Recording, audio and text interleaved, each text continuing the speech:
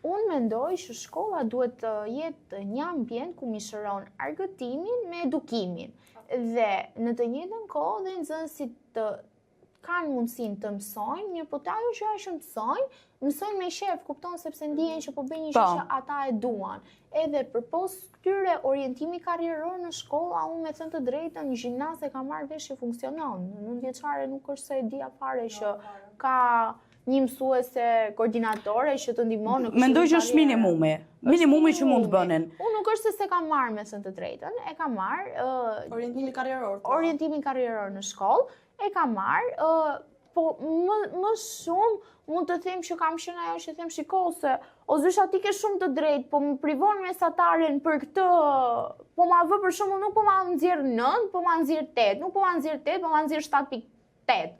Kupton? Nuk po ma bën këtë gjë sepse unë jam keq te këto nota. Mirë, po përpos këtyre notave, gjithë gjërat që unë jam mirë, pse duhet i uli poshtë një matematik, një fizik?